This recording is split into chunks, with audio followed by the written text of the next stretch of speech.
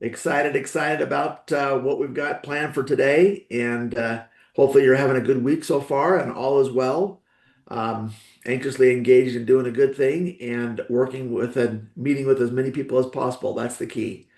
And today we're going to kind of focus in on some things that, as per usual, I've picked up over the week so far that I think will be helpful for us, and will provide you a little bit of more understanding, in essence, on how to do what we do, how to do it better, how to be more successful and fruitful. Without any further ado, would like to jump into Q&A. And so if you do have a question on anything in regards to the business, our processes, the companies we work with, first presentations, second presentations, picking up checks, whatever kind of as you've been dealing with here that you'd like to have some help with, that'd be great.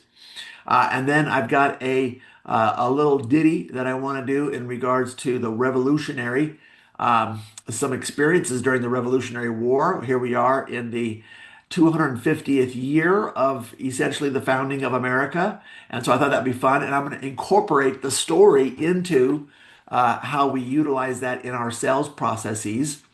So that'll be cool. And then I have a text that I picked up from a client after I'd picked up the application. She was gung ho, so dang excited. Really had a good little policy there. And then she backed out. And I want to share the text, but then also share the follow up that I've done with her and how I used AI to help in coordinating that. And I will share with you all the details. If any of you ever get a text from a client, and I'm sure none of you do, I'm sure it's just me, that gets a text from a client that says, "Hey, I love everything about it. I'm not in a position to do it, or for whatever reason." So this will be a really, really good follow up and feedback. And then great training from the decision matrix on how we help set our clients up for success. And so without any further ado, let's jump into our Q&A session. Looks like Anu. So excited. Go ahead, Anu. So I followed up with F&G about the positive arbitrage loan feature with the Path Setter IUL. And it's not what I thought it was. I always thought it was where you can borrow up to 90% of the cash value that's in the policy. And it doesn't even come out of your cash value. It comes from the insurance company's general fund.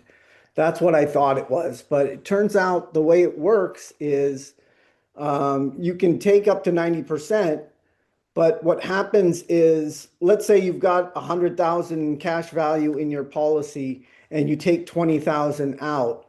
Uh, well, they call it a participating loan, and there is 3 to 5%, no more than 5% interest that's charged on whatever it is that you take.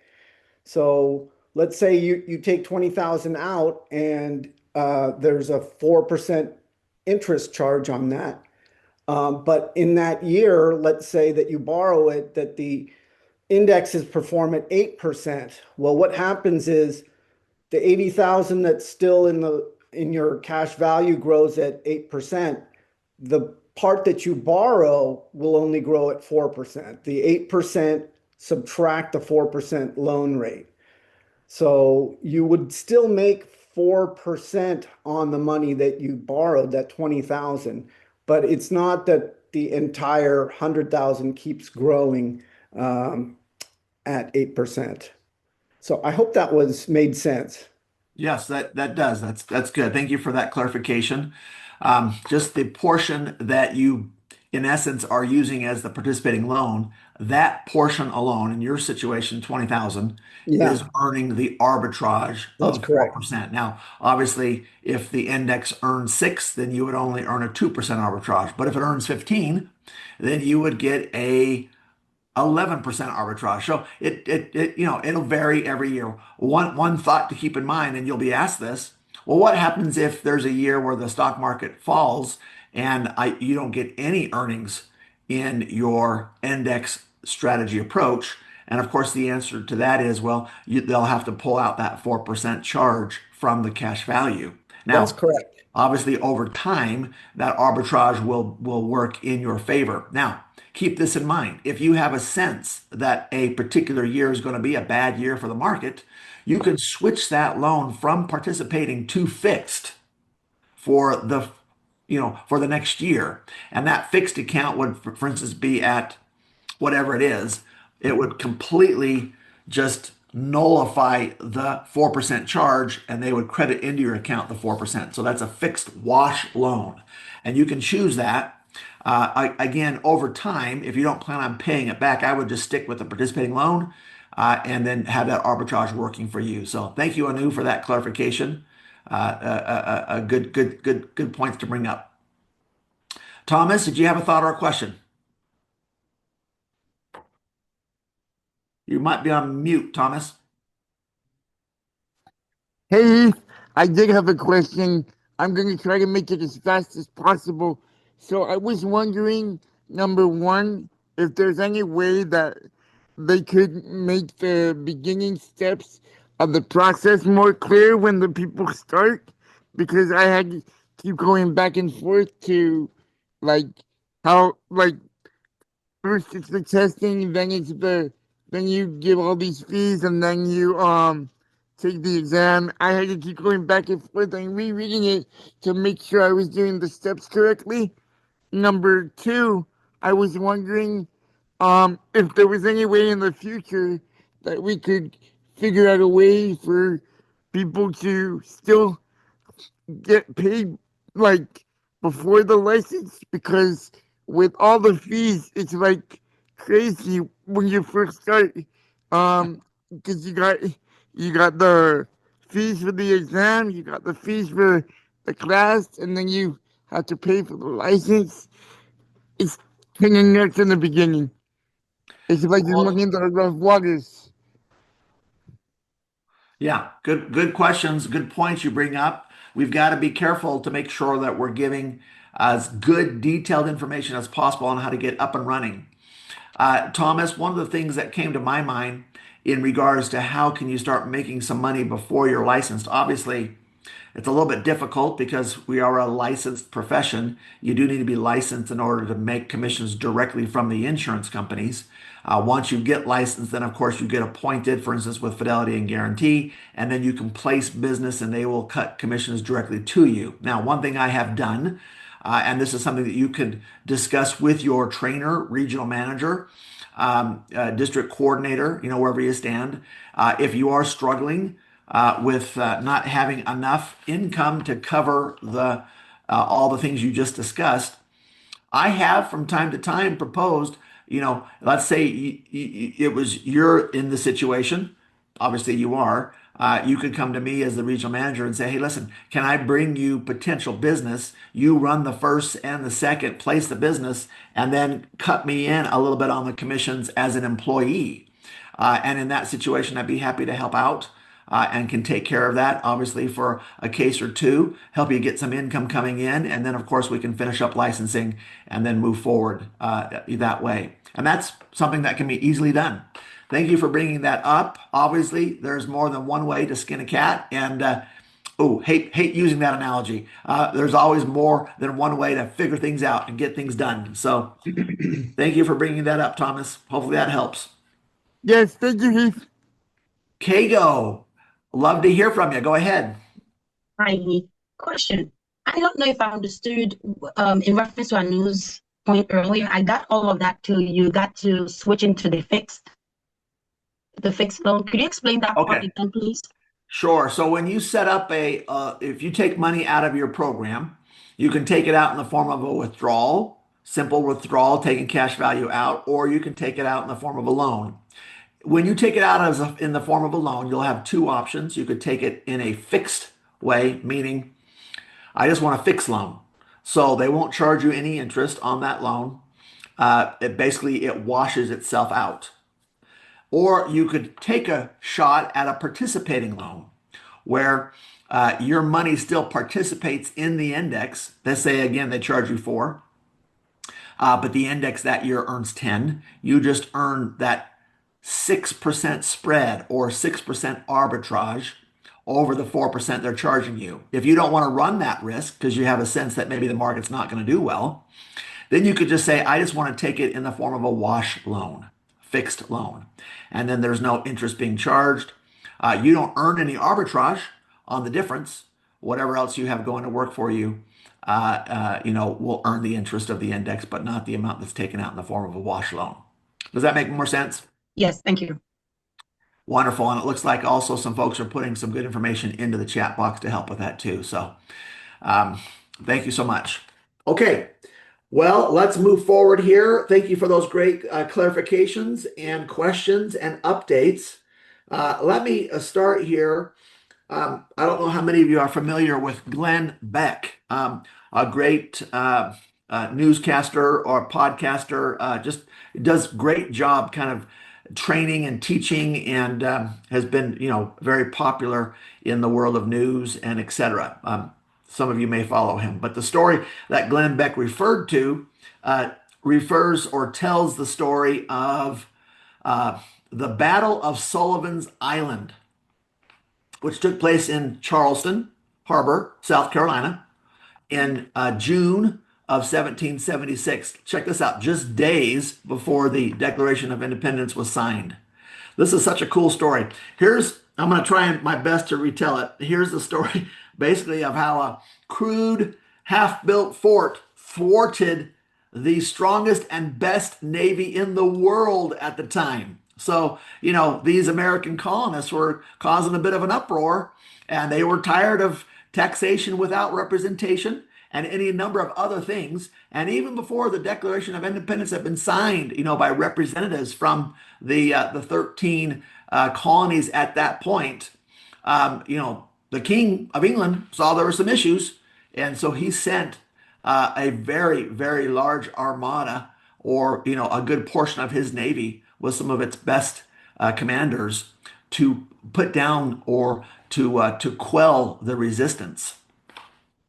And interestingly enough, as the British Empire closed in, patriots hastily constructed this makeshift fort on Sullivan's Island. Now, Sullivan's Island, kind of just on the outside of Charleston, kind of guarded the entrance to Charleston, which, at that time was a very important port for the colonies there in South Carolina. The fort itself, and this is an interesting name, was commanded by Colonel William Moultrie, and they faced a massive problem. They were practically out of time and out of resources. Do you know kind of what they built forts out of? Well, trees, right? They built the forts out of trees, but relying on local materials, they constructed the fort's walls, and it hadn't even been finished by the time the British Navy got there, but out of 2 rows of palmetto trees. Do you guys know that on the flag of South Carolina, they have the palmetto tree? This is the reason why. They built the fort out of these palmetto tree logs, spaced about 16 feet apart and packed with sand in between. Now, on June 28th, this British Navy, basically 9 or so warships commanded by Peter Parker, yes, the forerunner of Spider-Man, arrived to seize that port of Charleston. And they assumed, of course, that this fort, which basically just had 2 walls, wasn't even finished, would be reduced to splinters, in minutes, be a piece of cake to take. And they opened fire with just bomb after bomb, right? Cannonball after cannonball. But instead, check this out, instead of shattering the walls or piercing the wood, the spongy texture of the palmetto logs did something miraculous. The cannonballs either bounced right off, can you imagine? Or sank harmlessly into the logs without cracking them.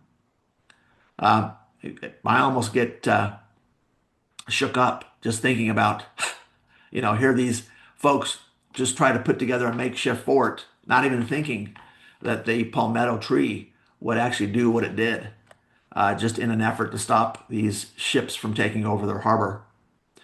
Now, protected by the palmetto trees, Moultrie's men conserved essentially their limited gunpowder. They didn't have anything, right? They didn't have resources, but they were able to kind of aim directly with deadly precision, and their cannon fire seriously damaged the British fleet, basically destroying decks and putting holes in their ships, and forced them to retreat. Can you imagine? All because, and interestingly enough, they started basically in the morning, early morning, firing on this little makeshift fort, and continued to fire, you guys, all day long. And those cannonballs would either bounce off the walls or they would just be encompassed by that spongy, fibrous palmetto tree wall. Can you imagine? And that gave the Americans time to aim, fire, and really, do some serious damage to the greatest navy the world had ever seen at that time. Now, because the palmetto tree basically caused the Navy, the British Navy to back off. It was really the first major victory of the Revolutionary War, and it kept South Carolina, out of British hands in the early days of that conflict. But because the palmetto tree saved the day, the state of South Carolina added that to its flag. And as a matter of fact, there's also a crescent moon on that South Carolina flag. And that was the flag that Moultrie had over that little fort. They just added a palmetto tree to it later. And it's also called the Palmetto State, kind of its nickname. And then that fort was later renamed to Fort Moultrie in honor of the colonel's stand. I mean, how cool is that, right? How cool is that they thought for sure they were going to be destroyed, and yet all because of a particular tree that no one even knew about. Obviously, they normally built it with oak, right? Something strong. A cannonball would have hit that oak wall and it would have splintered, and it's that splintering that would have caused devastation and destruction, as those splinters would have gone into all the soldiers, right, and killed them instantly if the cannonball itself didn't. But that palmetto tree just sucked it in, right, and kept it in. Like you can think of like a bowl of jelly, right, with a BB going into it. Can you imagine? Anyways, how does that palmetto tree fort parallel kind of a little bit with our sales strategies, right? How can we learn from that in modern sales? Well, one thought is to absorb attacks with spongy flexibility, right? The British expected these rigid oak walls that would shatter under impact, but instead the palmetto wood was soft and flexible, absorbing that heavy cannon fire without cracking. How about this in relationship to what we do? Maybe we need to stop meeting prospects' objections or aggressive competitor positioning with hard, rigid resistance. We got to avoid arguing and getting defensive and instead maybe use more of a spongy approach. Acknowledge their point, right? Validate their concerns and smoothly absorb the impact before pivoting. I love that analogy. We need to be more like the palmetto tree. And instead of fighting against it, take it in and then reflect it back to them in a positive way. I'm going to show you how I did that with a client's text here in just a minute. And you can always kind of reverse things. What if a prospect says something like, "Hey, I've got another company that's giving me, this kind of a benefit instead of, or the 401k does this for me. I get the deduction. I get a deduction for contributing to my 401k or my 403b or my IRA. And that's more important to me." I had this exact scenario come up just yesterday. And in fact, sometimes I'll even bring up that objection right before it even comes up. One individual yesterday said, "Heath, this sounds so great. Why doesn't everybody use this index strategy approach when they're saving for their money? I mean, I don't think I even heard about this kind of idea before you brought it up to me."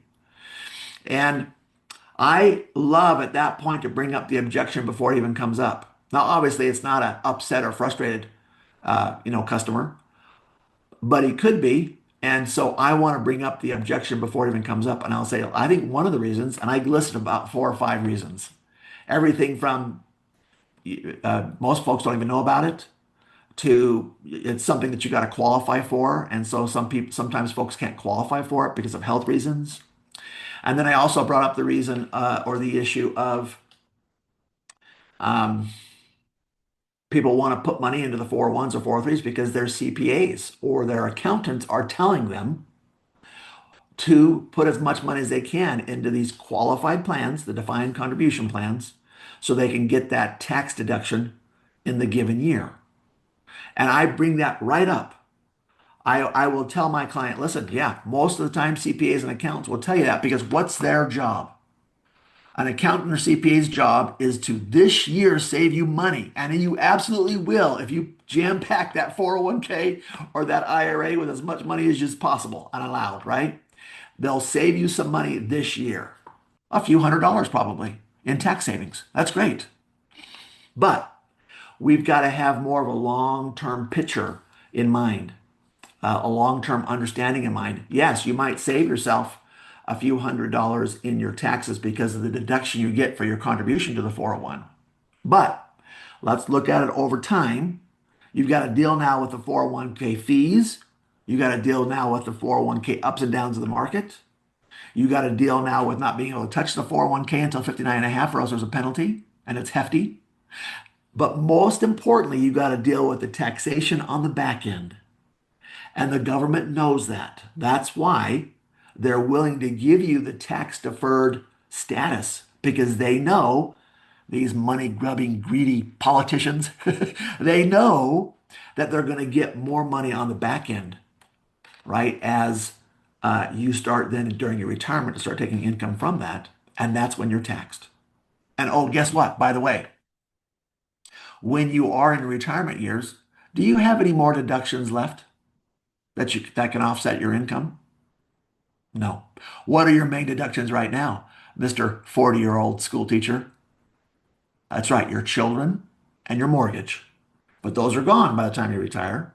And so even if taxes don't go up, which I can't imagine them not, because we got problems in America, and the only way to resolve that is going to be some higher taxation. We're at the lowest tax brackets we've ever been in America right now. Uh, and so the likelihood of your taxes being higher in the future are dramatically, seriously optimal. It's going to be a problem. So yeah, the accountant and CPA is doing his job to tell you to try to offset your taxes as much as you can this year, but they're not taking your long-term picture into view. That's what I'm doing. And that's why I'm suggesting that it would be wise to use the Swiss Army knife of financial products, which is the index strategy through a 7702 plan. Very, very helpful. Does that make sense? So instead of fighting them and saying, your CPA or accountant is an idiot, go with the flow, right? Absorb that in and say, absolutely. And let me tell you why the accountant and CPA is telling you that. Because he wants to save you money this year. And you absolutely will. Now, I do kind of turn the tables a little bit, and I'll always ask, and I asked this couple last night, I said, hey, do you by chance have any self-employed income coming in through maybe an LLC or a sole proprietorship, or just do you have any business on the side that you're doing? Because if you do, as a self-employed person in America, I can help you to use Section 162 to have a deduction of your contribution into an IUL.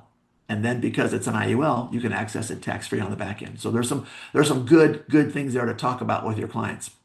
Anyways, does that make sense as an example of how to be the palmetto tree? Be a palmetto tree in sales and help them catch the vision without being combative. And you can see the end of the story is, oh, this makes totally sense. This makes total sense, Heath. Let's do it. Right? Let's do it. Now, how about another one? You want to conserve your high value ammunition. Remember, Colonel Moultrie didn't have a whole lot of cannonballs in that fort. It was makeshift. It was just put together quickly. He had to make every cannonball count, right, when he was shooting it against the Navy.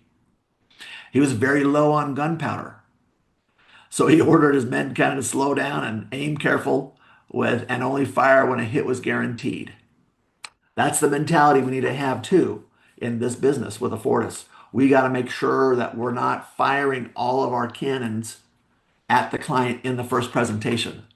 We got to give just enough juice, just enough taste for the power of what we have, find the money to work with, and then in a second, when we're on the Zoom, then we can more fully and appropriately explain the power of the product, right? And we can hit them with a bullseye with helping them move forward to utilize the program that we're dealing with. So very, very important for us. And another way to say that is let's not spill all the cookies in the foyer. But also desperation, an act of desperation and pushing kind of wastes your time and ruins your reputation. So slow down, right? Slow down and know that if you get a good solid second and that second sticks, you'll write business then. You don't have to worry about writing business in the first. And hey, if you can't meet with the client after the first for another 4 or 5 days or even 7 days, that's okay. You can help them when that second presentation gets done.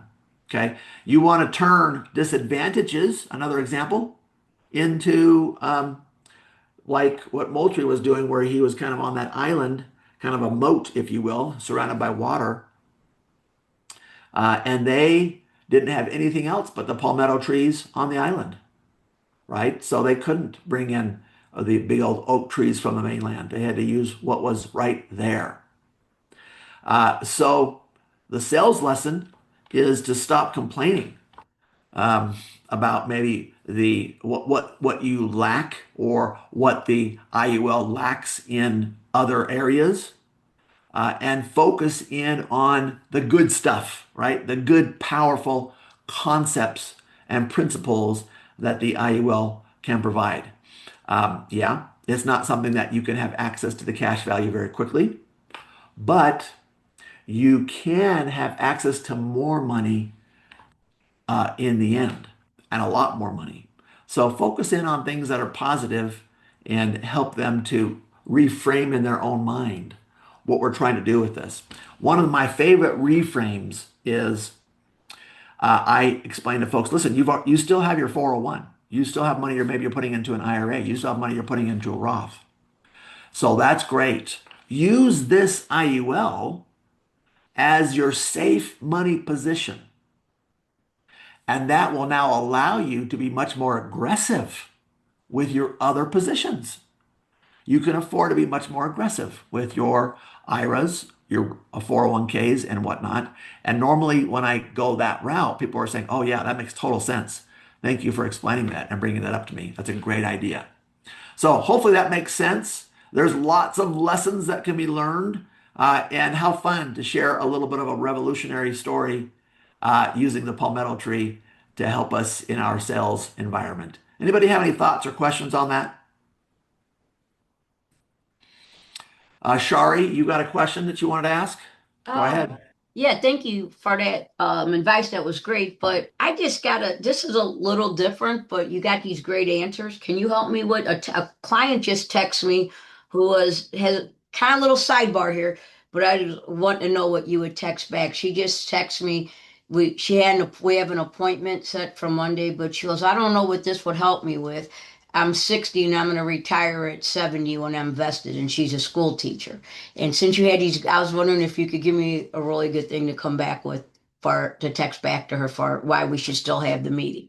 She wants to retire at 70 in 10 years when she's vested. And I know a lot of the answers I should say, but I was just wondering what would be a good comeback you could come back to that, maybe using an IUL, or I understand what she has money wise, but what would you say to make it a Have you better already response? run the first?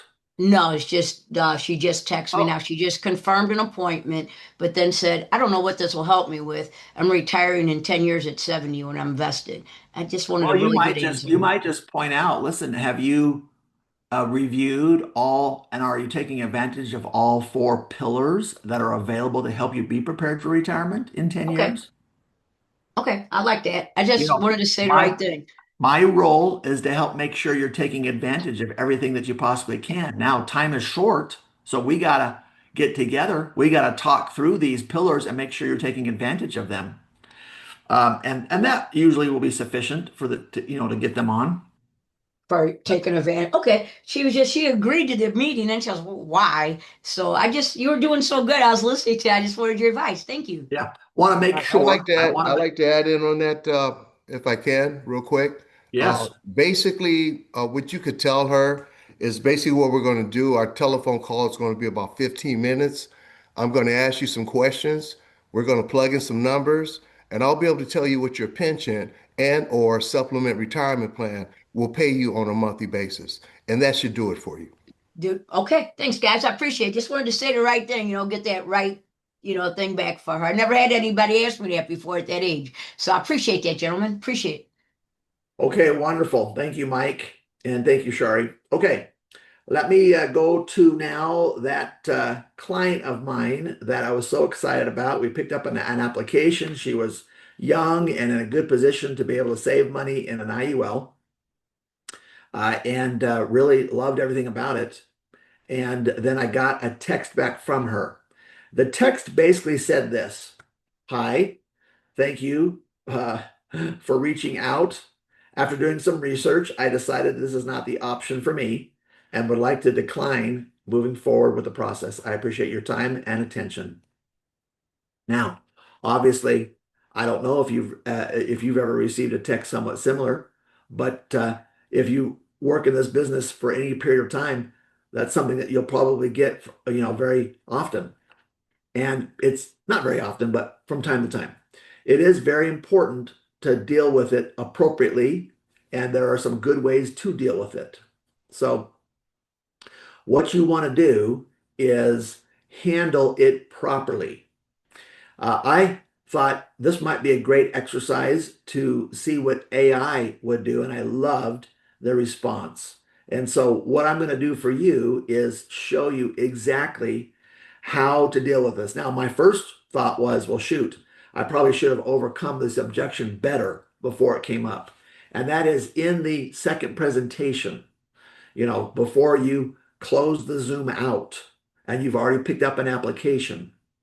I would make the point, hey, listen, you'll probably do some research through Google, and you'll probably Google some of the concepts we've talked about. You may or may not get a good feeling about what you read there. Keep in mind, if this product or program is not built the right way, you're going to have some problems that you wouldn't have with a normal 401 or IRA type scenario. But I have your best plan in mind. I build this thing the right way so it is very effective for you. So whatever you're reading, if you do read some things that are somewhat negative, keep in mind, I'm not building your plan the way that describes as a negative. I'm building this to max fund it for you and allow you to have more of your money going to work for you than going towards costs. And that's an important thing to do because you're going to set yourself up. When they hear that from you, one of two things. One, they'll say to themselves, okay, I don't even have to go out and Google it because Heath kind of told me what I'll see out there. And he's answered that question already. Or two, when they do go ahead and Google things, they will recognize, oh, Heath told me that's probably what I was going to read. And he explained why mine is not that case, right? I'm not having to deal with that kind of a problem. So hopefully that makes sense to overcome objections before they come up. And before I go to you, Thomas, I see your hands raised. Let me just make this one other point. In a second presentation where you do the takeaways, you take it away from them, right? Before you jump into the application.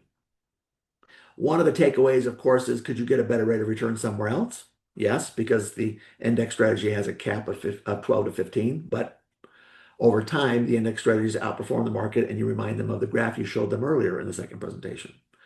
Two, you need to leave the product alone. You need to leave the cash alone for the first 2 or 3 years so it has a chance to build up some cash value, get some momentum going, and a portion of it's going into a safety bucket, which doesn't even show up in account value. So you want to leave it alone for the first couple, 2 or 3 years. Do you think that's too big of a problem for you? They say no. Great. Okay. Another gotcha is we need to use a good company. Now, I normally need to use a good company, but they're very stringent at the end. And what I've now started to insert, guys, and I would start to do this, is this great takeaway, which goes right to the heart of most likely what her problem was, right? She saw something about fees or something that if it's not built right, it's a problem. And so I now use as my third takeaway this. Another gotcha that we want to talk about is if this program is not built the right way, you're going to run into it eating itself up because there is that umbrella of life insurance, right? That's sheltering this program. And even if the costs are relatively low over time, if it's not built the right way, those costs could eat up the cash value. So I am building this plan so that the costs actually go down over time as your cash value grows, so it doesn't eat itself up. We want to build it the right way. That gotcha is so important to bring up because then they will say, okay, Heath has my best interest in mind. And when they read, at which they almost assuredly will, other issues with the program, they'll remember what I said there and that I'm building it the right way. Hopefully that makes sense. I would start to incorporate that into your takeaways at the end of a second presentation before you pick up an app. Now, Thomas, do you have a thought on that? What if after the second they had no intention of researching it because they trusted us, and then we went ahead and we somehow did the reverse of what we intended to do and put that thought in their head that they should research, and then we set doubts into their mind. That's a great question. I think it's much more important, though, to overcome objections before they come up because a preponderance of them still will be looking. And if you handle it the right way, they will respect you even more because you brought up potential pitfalls, but you've explained how you deal with that potential pitfall before it even comes up by building it the right way. So you bring up a great question there, Thomas, but I think it's always more valuable to the best of your ability to help them kind of see the positives and the potential negatives, but how you are helping to overcome potential negatives by doing it the right way to begin with. I hope that makes sense. Yeah, yes. Thank you, Heath. Now, let me share this with you. So I've put the information that I picked up from chat and I put it into my CRM. And I just want to kind of go through that with you real quick so you can kind of see how I went about using my partner. We all have partners in business, and one of my all-time favorite partners is chat or just AI. And I'm starting to use more and more Claude. But here was my question. I have clients from time to time that once I have picked up an application, and when they start to dig a little deeper on the IUL concept, usually get misconceptions and decide not to move forward. I think another Zoom shortly after picking up the application will be a good thing to help resolve issues that they may run into through other research and help them catch the vision once again. So I am putting my thoughts into AI, telling them my perspective, my mentality, my thought process, and then I'm looking for AI to fill gaps for me as my partner in business. And as you know, I've said this many times, anytime you have an application more than $300 a month, I would schedule a second Zoom within the next week while they're in underwriting.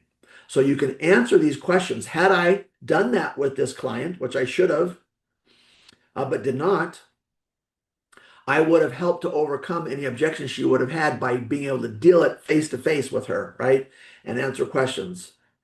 Another great example why it's so important to do an after application Zoom as soon as possible, within that week to help overcome objections that may come up.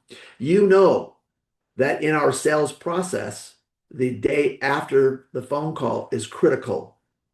Did I give this client a phone call the day after I picked up her application? No, I did not.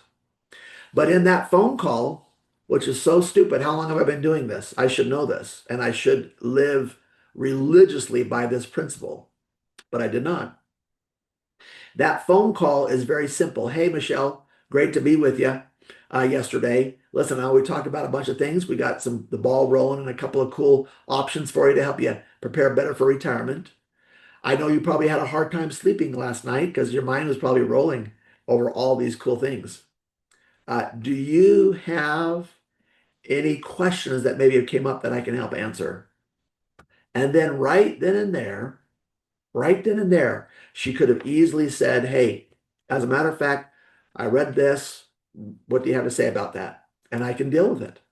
But instead, it festered in her mind, festered and festered and festered to the point where instead of being willing to do a policy delivery with me, she just hit me with a text that says, I'm going to back out. Lost it, right? But had I done the phone call the day after the sale, I could have resolved it. And I could have resolved it if it hadn't come up yet on a Zoom within a week from picking up the application that I had preset after the second. I hope that makes sense. Anyways, here's what Claude responded. A few things worth sorting out before tactics, since they actually change what you say. It's not necessarily over, but the text matters. After doing some research, I decided this is not the option for me, is a soft decline. It's not I'm furious or I found you misled me. She's giving you a polite exit. That's actually a decent sign. She's not slamming the door. She's giving you the chance to respond well or to let her go gracefully. How you respond in the next message matters more than anything you say in a follow-up call. Because right now you're deciding whether you get a call at all. So don't lead with rebuttal energy. You said your instinct to explain what she may have found and reassure her it won't be a problem because of how you structure it as max funded. Now, that's a reasonable thing to eventually walk through. But if your first reply is any version of let me explain why you read doesn't apply to us, it reads as defensive and confirms the exact thing she worried about, that you're going to talk her back into something rather than hear her out. People who research IULs on their own and get spooked are usually reacting to real common critique. Fees, cap rates, the complexity. Reddit says IULs are bad. Agent compensation. Illustrated versus guaranteed returns. Some of these critiques are addressed by proper design, some aren't. And some are just wrong or context free. She doesn't know which is which yet. So, a better first move is curiosity, not correction. Something like, my response to her in text should be totally understand. I appreciate you letting me know, rather than just going dark. A lot of people don't. Mind if I ask what you came across that gave you pause? Some of what's out there about IULs is fair criticism of how they're often sold. And some of it doesn't really apply to how we'd structure yours. I'd rather make sure you're walking away for the right reasons than for a misunderstanding. But after that, you still want to pass? No hard feelings at all. Hey, how about that? Isn't that a nice response to that text? Keeps the ball rolling, right? That's the palmetto tree, my friends. That's the spongy action that you want to incorporate in your business. Now, just in case Put that in the text I'm chat. copying and pasting it right into the chat there for you. So now go ahead and save that for yourself. It's in the chat now. Now that does a few things. It doesn't argue with her decision. It signals you're not going to pressure her, and it opens the door for her to either tell you what she read, which gives you something concrete to respond to instead of guessing, or to just say, I'm good, thanks, in which case you let it go. Now, I had mentioned about doing a Zoom that I should be. And so what AI suggests is I'd hold off offering a meeting in the first message. Asking someone who just declined to hop on a call can feel like exactly the debate they're trying to avoid, right? Better to get her to tell you in writing or a quick reply what specifically she ran into. If she gives you something substantive, then you can say, I can explain that in 2 minutes. Happy to send a quick note, voice note, or hop on a 5-minute call if easier. Now it's framed as resolving her specific concern, not let me repitch you. But here's the bigger structural fix, you guys, and this is important. Upstream of this case, the gap between application and underwriting delivery is exactly when people Google, is IUL a scam? And find a lot of legitimately harsh content, some fair, some not. If this is a recurring pattern for you, build a short, proactive, what you might read online and what actually matters. Now, here's the thing. If you schedule a bunch of second presentations and they no-show, there's probably two main reasons for that, you guys. Two main reasons. Number one, you probably gave too much information in the first, and they're Googling a little bit of some of that stuff, and they're saying to themselves, I'll take a pass. No matter how uh, um, uh, uh, no matter how soft you're pitching the index strategy as a concept, they can still infer some things. Maybe you mentioned the word insurance. That scares people off in that first and helps the second to not stick. Maybe you just use the word IUL inadvertently. They'll pick up on that. Maybe you used um, other words that we don't want to be using in the first presentation. They pick up on it and boom, they've Googled it and now they're ghosting you even for a second. Or maybe you just spent too much time on that first presentation.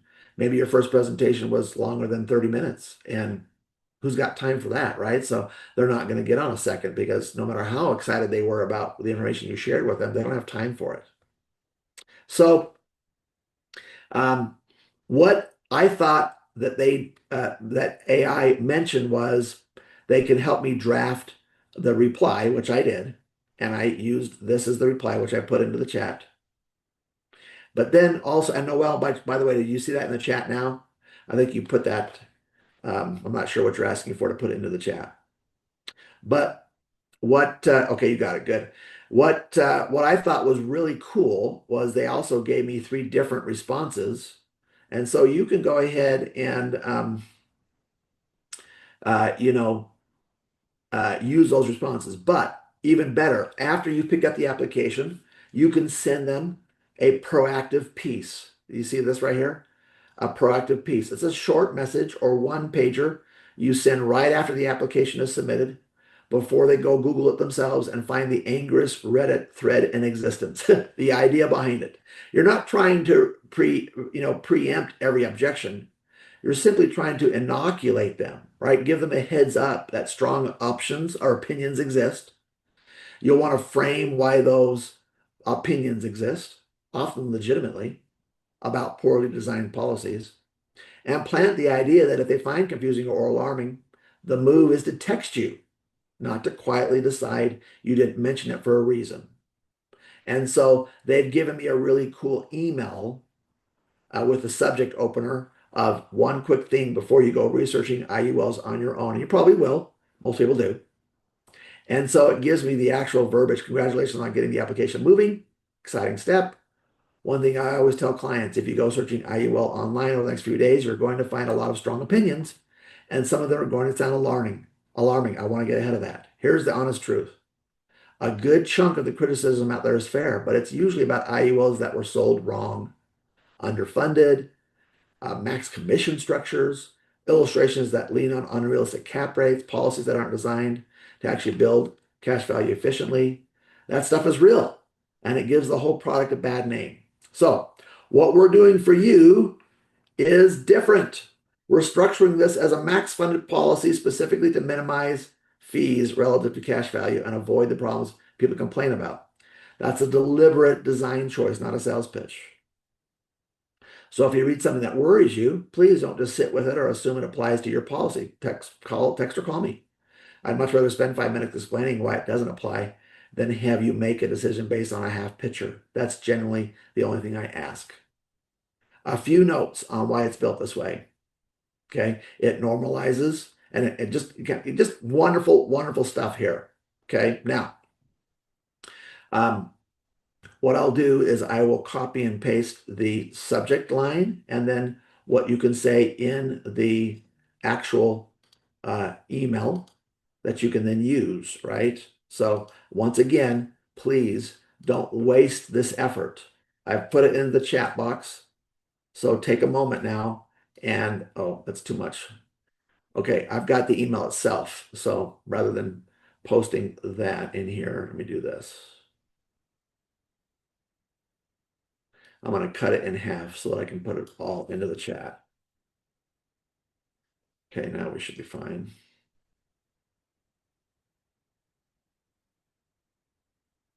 Okay, that's the first portion of it. And now let me go ahead and give you the second portion. And then I actually have a document that I'll I'll put into here that will help you. So that's the first portion of the response or the follow-up email. And here is the second one. Now, keep in mind, of course, there's different ways of going about this, but I think it's always good to overcome objections before they come up, right? So let me stop the share here. And then along with that email, here is a terrific chart, that I'm also putting into the chat box, and then I'll review it here with you.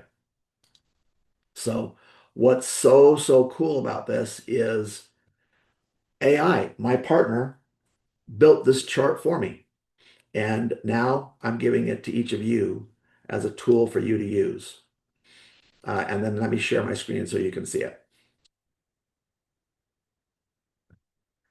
So very cool. But what it does is, check this out, what you'll read online versus how yours is built.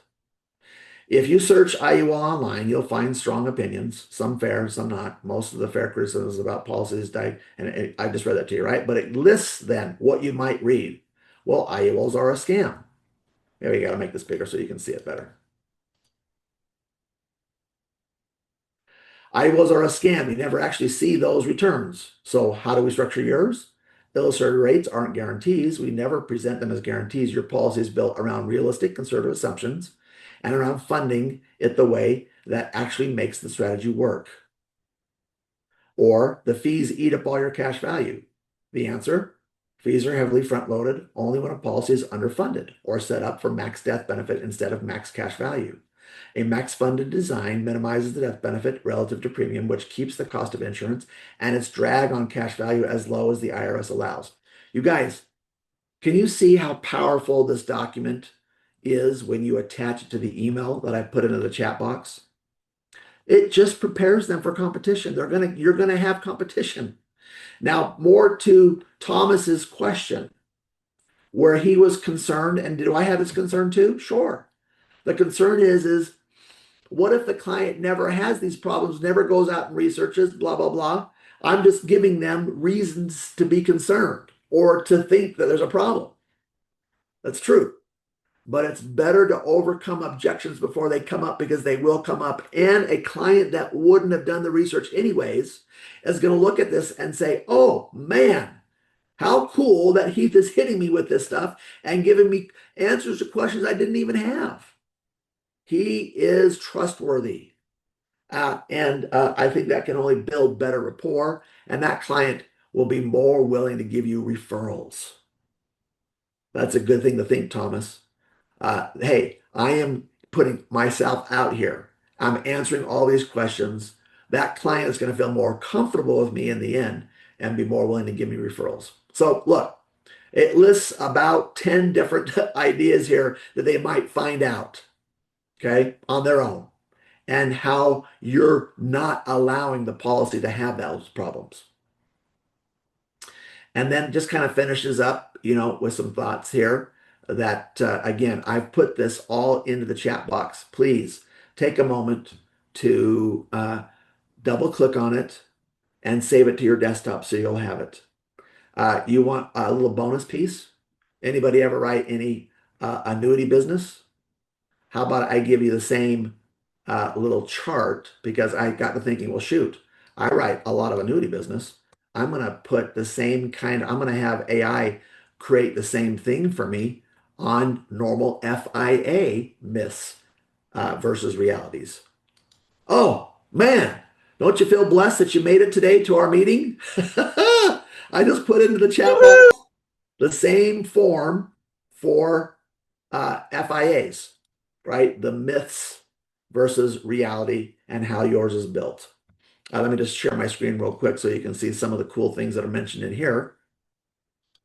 I think this is it. Let me just see here. Oh, that's the IUL one. Hold on. Come back to the other one here. And just so that you can kind of see some of the things that are shared there. Hold on. It looks like I'm going to down that one so we don't get that mixed up with the other one.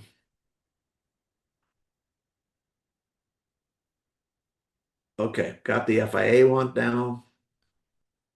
Should be able to see it. So same kind of thing, right? If you search fixed index annuities online, and by the way, this is great material to cover in your follow-up Zoom with them anyways, or even during policy delivery. But it's important for you as the agent to know these answers so that you can bring them up and discuss them in a smart way. Fixed index annuities are a scam. You never really get the index gains. How do we structure yours? Well, you're not invested directly in the market, so you get dividends. So you don't get dividends or the full index return. That's the trade-off for the protection. What you do get is locked-in growth each crediting period with zero risk of loss from a market downturn. In other words, you're dealing with problems that they're going to see anyways up front, and you're giving the answer and how we build it to structure it best for you. So once again, I've put that. And listen, just because we don't have time right now to go over every single objection and every single answer, please take the time on your own to double click on that document and save it to your desktop and then review it, right? And then use it as a tool so that you then, when you pick up an application, the immediate follow-up email after you've scheduled the Zoom, right, for a follow-up, is you just go ahead and you email out this document along with the verbiage that I've put into the chat box, right? And the subject of that email being one quick thing before you go researching IULs on your own. And you probably will. Most people do. That's a great subject line. And then just hit them straight up with how you are properly structuring things to make it so much more effective for them. You guys, these are powerful tools, and I promise you, you're probably still going to get some objections. That's okay. Now you know how to deal with them a little bit better. I always say it's best to overcome the objection before it comes up.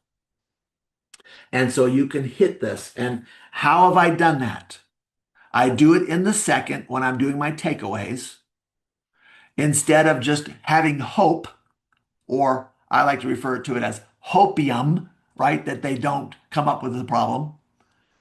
Instead of having hopium, I'm going to deal with it straight on. And I'm going to say as one of my objections now, or one of my takeaways, or one of my gotchas is listen, if your plan is not built properly, it's going to stink and it's going to be a problem for you. So that's why it's so important that you're having me build it for you. I've been in the business for X number of years and I know how to build it the right way. And you're going to read some issues that people had these products, but they weren't built the right way and they had problems. Sometimes those problems include, and you can list a couple of things that are on that chart. But this is what we're doing to make sure those aren't problems for you. Does that make sense? And they're going to say back to you, yes, absolutely. Thank you so much for sharing that with me. That makes me feel much more comfortable about the product. See how important that is and how cool that is? So anyways, does anybody have any thoughts or questions on what I've shared with you? Just a thought. We appreciate everything that you have sent here today. This is great materials. Thank you so much. Oh, absolutely. Isn't it fun to be in business together where we're all in the same boat and we're all fighting the same battles and we can share with one another ways and means to overcome and win? For sure.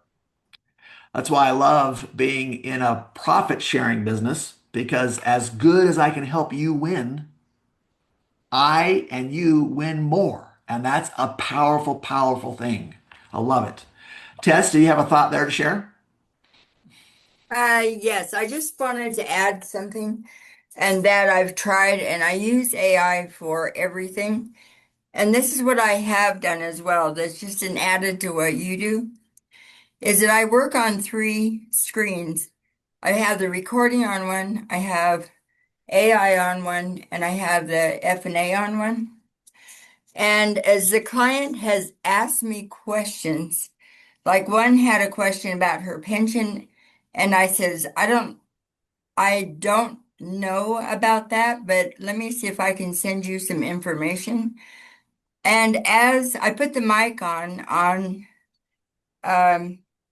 AI so that it's actually recording what she's asking. And then it's like I get my answers like right then, and I was able to copy paste into the message or into email and send it back to her. And there was also is like when I think that at the very beginning, when they are asked or when you're getting their concerns, um, asking enough questions because AI can directly respond to those concerns. And when you email them after, like a follow-up, you can reconfirm their concerns in by using AI. So it's just a matter of using that, that tool can be so helpful. Wow. That's awesome, Tess. I love how you're using this great partner. You're really taking advantage of it as a real partner. And I think that's powerful. Um, a lot of times we've heard or we felt as though maybe AI was going to replace our jobs, but in reality, it's just a much more stronger partner to allow us to be more successful. And so use And, it that way. and one other really quick thing is I still have people ask me, okay, well, who are you and blah, blah, blah. And I found that if I right at the get-go make or let them know who I am and my part in what I'm doing, like I'm licensed with the state, so I let them know right from the get-go, and then I don't have to deal with that. Like, now who are you? And you're trying to explain. It's like if you overcome that right from the get-go, and maybe that doesn't work for everybody else, but it's like I can get that out of the way and explain that this is what I do and this is how I'm connected, then it puts their mind at ease, and then we're done with that. Yep. Love it. Love it. Thank you. Well, some folks have mentioned, as per usual, that they'd like to have copies because for whatever reason they're not able to download, what has been put into the chat box. I would invite you to reach out to your regional manager, right? Because they almost assuredly were able to upload the documents I put in here, and just ask them to send you a copy of it. Um, that way, you just have more direct communication with your regional manager, and they can help you with that. If for whatever reason your regional manager was not able to get what I shared with you today, let me know directly. And then I will go to the regional manager and I will say, what the hell are you doing? Why are you not in attendance at all of these great important meetings? Your agents are there. You've got to be there. You got to lead from the front. You got to be there, Johnny on the spot. Let's go. Let's go. And I'll help them. I'll give them a little mind bend, and we'll help them start being a true leader and taking on the mantle of leadership by doing what they're supposed to be doing. At any rate, love you guys. Keep fighting the battle. We're all here to help one another, and I feel that greatly from each of you. Thanks so much. Have a great rest of your Thank you, day. Heath. Thank you so much. You're Thank welcome. Thank you. you. See you Thanks, Steve. guys. Bye bye.